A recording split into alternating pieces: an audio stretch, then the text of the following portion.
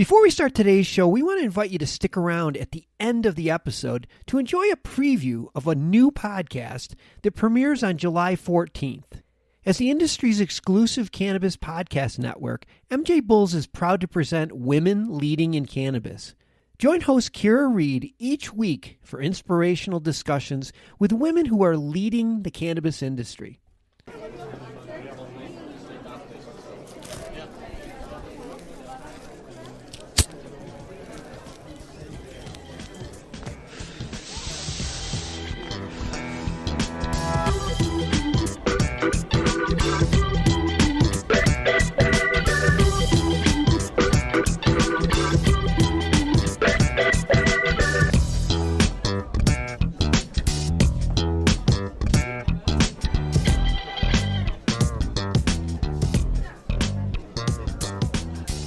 Welcome to the Deadhead Cannabis Show, everybody.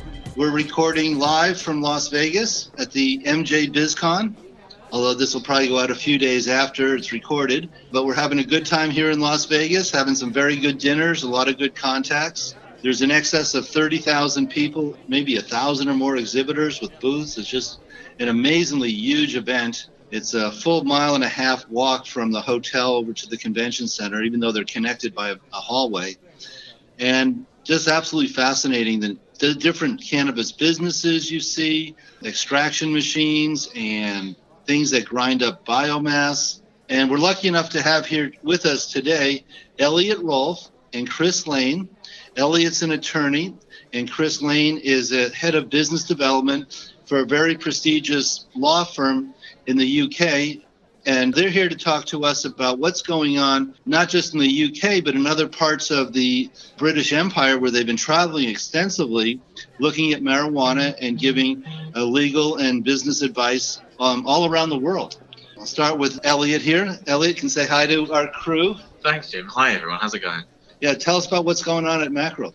It's very, very busy at the moment. So we opened the Cannabis Law Department about a year and a half ago.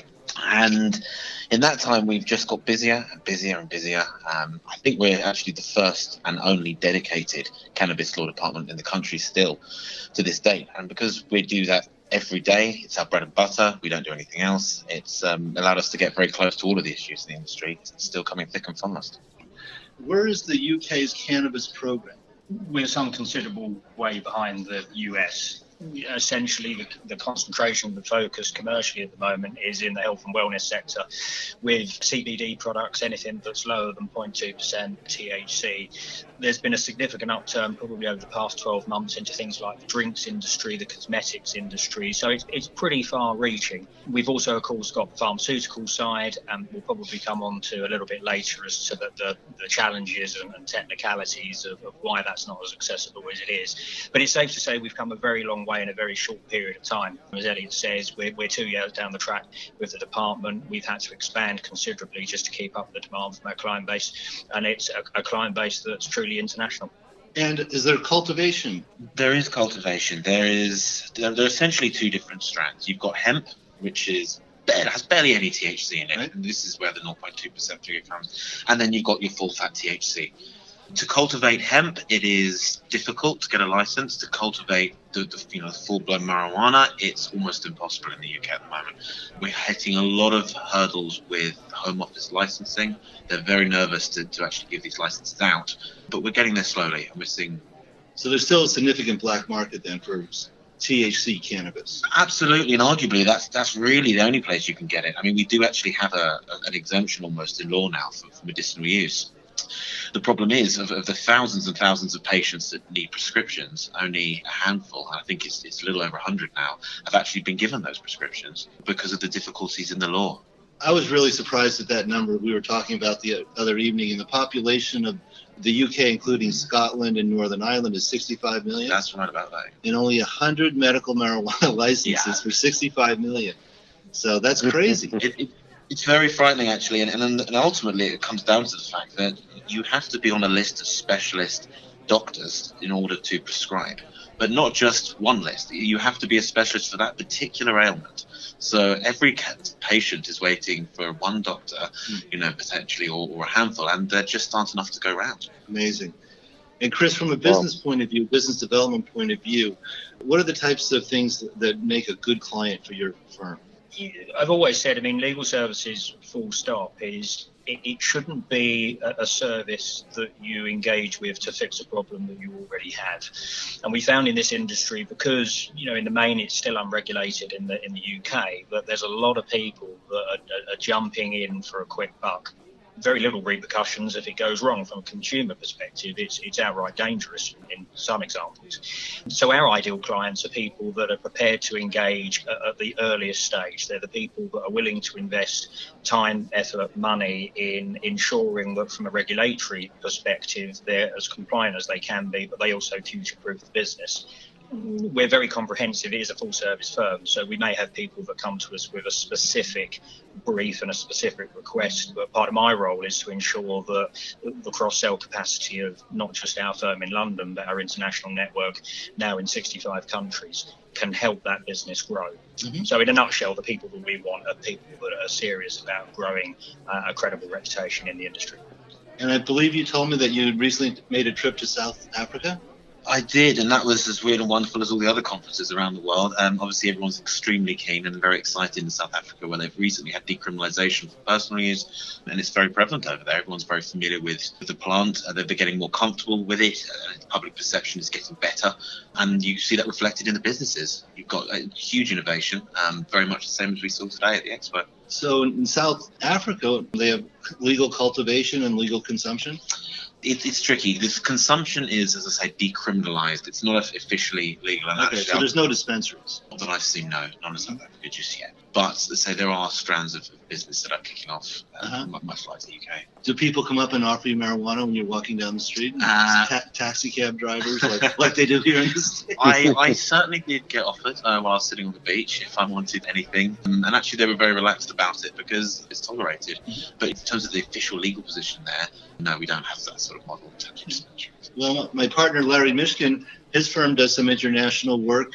They have an office in Poland, I believe, right, Larry? Well, actually, yes, Jim, we do. We have offices throughout Eastern Europe. We do have one in Poland. We have an office in the Ukraine. We do have an office now in South Africa. We have offices in South America. And Bob Homan has really kind of made it a mission of his to expand the scope of the firm's hemp practice internationally. He's done a very, very good job. Both through the firm and through the sister company IHS, International Hemp Solutions, which last year I believe was the largest importer of certified hemp seeds into the country. And so they've been very, very involved with all of this as well.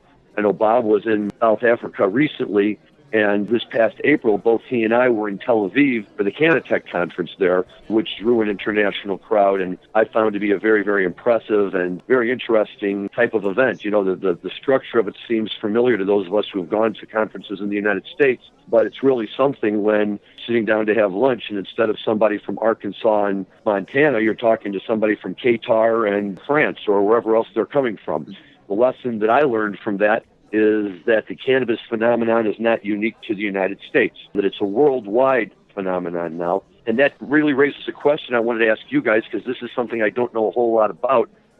What is the history of cannabis in the United Kingdom? Right, in the United States, we know it's had a very, very checkered history where early part of last century it was put in the Tax Act, and then President Nixon created the Controlled Substances Act, and they list marijuana right at the very top, right along with heroin and LSD. And the biggest problem that we've been running into here, I think, is helping to demystify cannabis. In Illinois right now, we have adult use, and local communities have the right to opt out. So I've got clients who want to locate in some of these communities. We have to go convince the communities that it's okay to do. And the people who get up, the local citizens who get up to object, are making arguments that are right out of reefer madness. And that's just a product of, the United States government and the war on drugs and the type of messages that they've sent.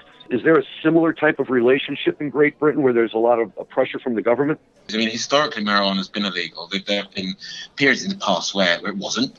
The problem is a lot of the country have a very traditional view, and our tabloids don't help.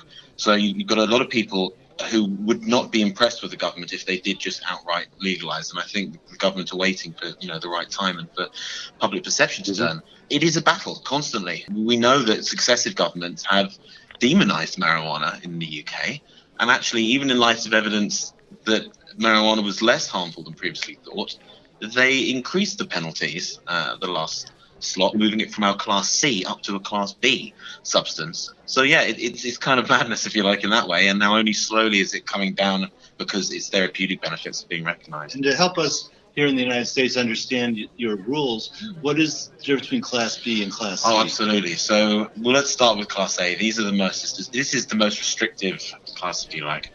The class system is essentially aligning with penalties. So the Class A drugs are those that are considered worst and have the most severe penalties for possession or supply. Class B are less so than Class C, and it goes on and so forth. So, for example, a couple of examples of Class B and Class C.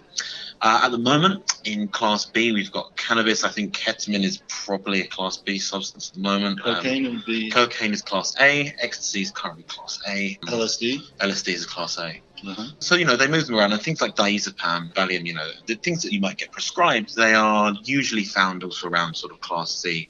But they do, if they get a bit of pressure from the press or for some other reason, they'll jump up and they'll determine that stiffer penalties are required. Uh-huh. So to see cannabis go from a Class C up to a Class B is absurd, in this day and age. And your first contact with the authorities usually starts with the police for simple possession. Do people go to jail in the UK for possession of marijuana? I would like to think that hasn't happened for a long time. The police are using their discretion very well in a lot of places. Some police forces, parts of the police, have come out and said it's just not in the public interest for them to be putting people away for cannabis possession. But it happens, and you do see young lives getting ruined in certain circumstances. And Chris, as we come to the end of this segment, what comments would you like to make to a U.S. audience? Some of your takeaways from your travels to the United States and cannabis? Yeah, I mean, our approach to here, and to take it a step back, the way in which we started our journey in the UK was actually to engage with one of the original founders of an international network of lawyers called Mackrell International. And we were lucky enough to be invited over to the US about a year ago now, actually. And we were taken through our US partner firms to a number of grow facilities and dispensaries here in Nevada and also in Colorado. And we were so hugely impressed by it that what we wanted to do is go back to the UK and essentially get ahead of the curve, hence us setting up the first ever department. So we were poised and ready for an industry that was only just starting to wake up in the UK.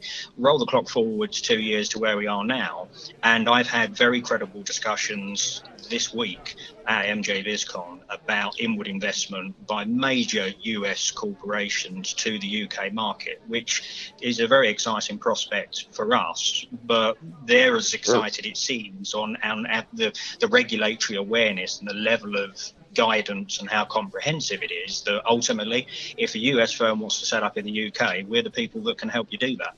It does seem to be a global phenomenon. Here at the Las Vegas convention, there are people here from all over the world. A gentleman from Switzerland has a company here in Las Vegas, and his background is in the pharmaceutical industry, and he's running a very large cultivation and production business here in Las Vegas. And he moved here from Switzerland to run this company here in Las Vegas. So, yeah, the global footprint is all over this. Well, thanks again, guys. We forgot to ask him the most important question of all, whether or not you guys have any familiarity with the Grateful Dead. Do you have any experiences ever having seen them or listening to them? I know that they've played in England. They used to play in England along with the rest of the continent when they go do their European tours. So have you ever seen them? I think actually I haven't. I'm looking forward to listening to them. I've heard a lot about them, but I've not actually had first exposure. I imagine Chris might have. We like to mix in musical stories with this show, and there's a story of one of your countrymen, Elvis Costello. Yeah? Oh, yeah. You guys fans of Elvis Costello? Sure. As a young man, I guess he was in high school in 1972, he attended one of the Grateful Dead concerts. It was an outdoor concert. I believe it was May of 72. It was Grateful Dead's first year, well, maybe not the first tour, but their European tour of 72. And somewhere there's a picture where Elvis Costello has a picture of the crowd and the stage, and he circled and he said, "That's me," written on the thing. He was heavily influenced by the Grateful Dead, and he's had a long and prosperous career as a musician. Larry, I have not been doing a lot musically. I'm looking forward to seeing 2 Dead and Company shows with John Mayer at the end of this month. But you've been kind of active musically. What's going on with you as far as seeing some shows? Sure. Well, on the last show I mentioned my recent trip out to San Francisco to celebrate with a good buddy of mine out there, the 20th anniversary of the founding of his company, and that was on Thursday night. And because you can never go to San Francisco without seeing a lot of great music, on Saturday night, the whole group of us that were out there all got tickets, and we went over to the Fillmore, and we saw the Allman Betts Revival Band. Now, this is a band made up of Devin Allman, who's Greg's son, Dwayne Betts, who's Dickie Betts' son, and Barry Oakley Jr., who, as you can imagine, is Barry Oakley's son.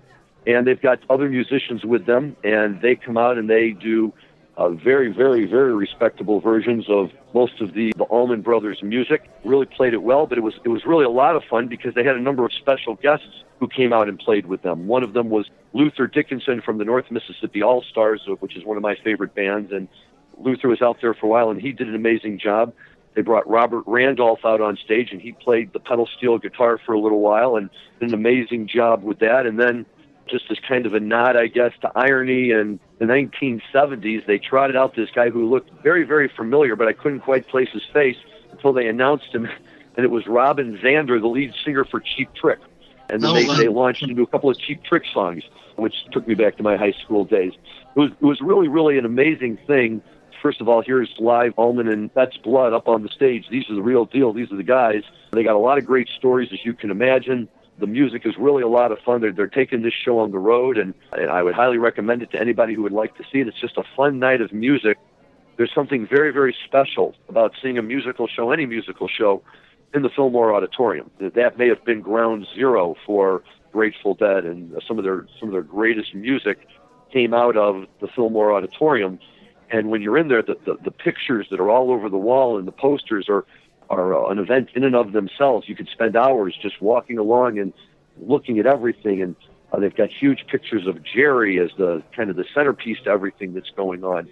And the joke I have with my friends is, there were so many great things that happened in that building, you can probably lick the walls and start tripping. But it's quite a place, and I was a little bit skeptical, to go see the kids of the band. But much like Phil Lesch's sons have joined him in the Terrapin Crossroads band and done a marvelous job, these guys came out and they really killed it. I couldn't have been more impressed. It was just tremendous live music, a lot of good jams in there. That's another band that I highly recommend besides Carl Denson. If you have an opportunity to see the Allman Betts Revival, it's a show worth checking out. That sounds great. What were some of the songs? Oh, anything you want. They played Elizabeth Reed. They played Jessica. They played Southbound. They played One Way Out. The only song that we kept waiting for all night that they didn't play was Whipping Post. Mm-hmm. But I can't give them too much grief about that because they played so many other just great Allman tunes and other good traditional rock tunes, and just to see all the talent that was out there with him. Luther Dickinson, I think, is one of the great guitar players around. He's just got a tremendous amount of energy, and he was bouncing around and having a good time. Robert Randolph really took over the stage for a while with his pedal steel that he does. It's just at one point they actually brought out 3 guitar players, 2 guys and a girl, and I say girl because none of them could have been older than 14 or 15 years old, maybe. Allman made a big point of saying, here's the next generation, and these kids came out, and Jim, I got to tell you, they played guitar like you and I could only dream of ever playing a guitar. And they had stage presence. They were jamming away. They each took turns stepping out in front, and it was just incredible to see these little people making this huge, amazing guitar sound. It was very, very cool. Were they kids of the band members? I don't think that they were directly related to the band members. We never were quite sure about that, but somehow they have a connection one way or another because they're known to the band, and my sense is this is not the first time they've done it. It was a little too polished. Really, just to see this probably 15 or 16-year-old girl standing there and shredding an electric guitar, like, just unbelievable. She was that good. It was really, really great. The other 2 guys were really good, and what I really liked about them is when they were doing their jams, they have it all down. Even the facial contortions and the shrugs and the this, and boy, they were just cranking out music that was a pleasure to hear. Well, and one musical note here from Las Vegas, I heard on the radio today that Foreigner is going to do a 2-week residency here in January. Yes, there's been a lot of bands. Aerosmith just did one out there last year, and other bands have been doing that. That's the big thing. If you were a 70s big hair band, you can now go do a residency in Las Vegas. Yeah.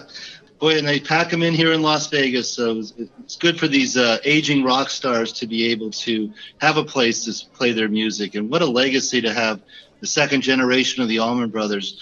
The last time I saw the Allman Brothers was at Jazz Fest shortly before Greg passed away, with Warren Haynes on lead. That was my great memory, final memory of the Allman Brothers playing at Jazz Fest. Warren, they had Warren and Derek Trucks playing guitar for them their last couple of years. Yeah.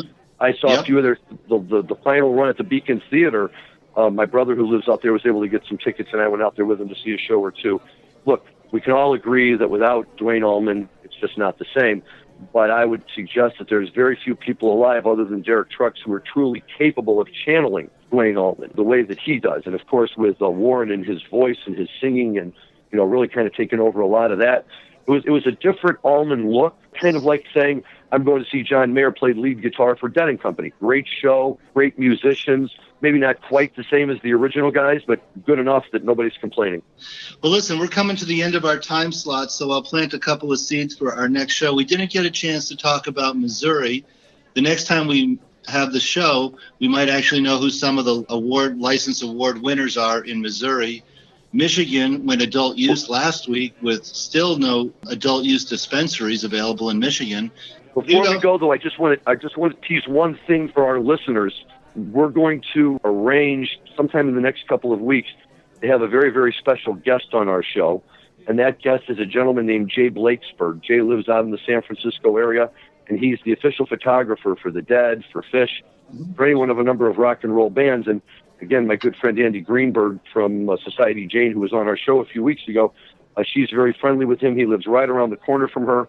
And when I was out there, I had an opportunity to go by and meet him, see his studio, and I'll save the stories for the next show. But it really was like a Deadhead's dream, what they've got going on in there, and the music and the everything. And Jay was kind enough to indicate that he would be more than happy to come on our show and be a guest. So for our listeners, stay tuned for that, because we're going to get Jay in and learn about the inside workings of the Grateful Dead. Well, that's a great tease for the next show. Larry, thanks again. So Jim Marty here saying over and out until next time. Larry Mishkin from Hoban Law Group saying goodbye, Jim, and everybody have fun in Las Vegas.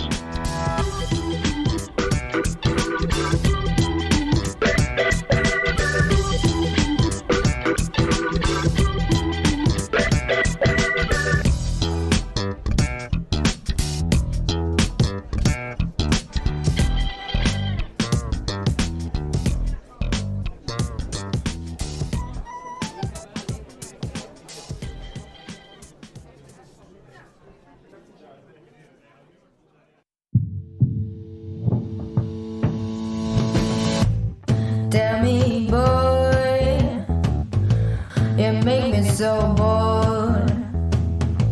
You need to walk the other way. I tell you once more. Please get out of my way. I don't want you no more. We're done here, boy. I know you think you're so fine, but you can't see clear. I've been wanting to unwind.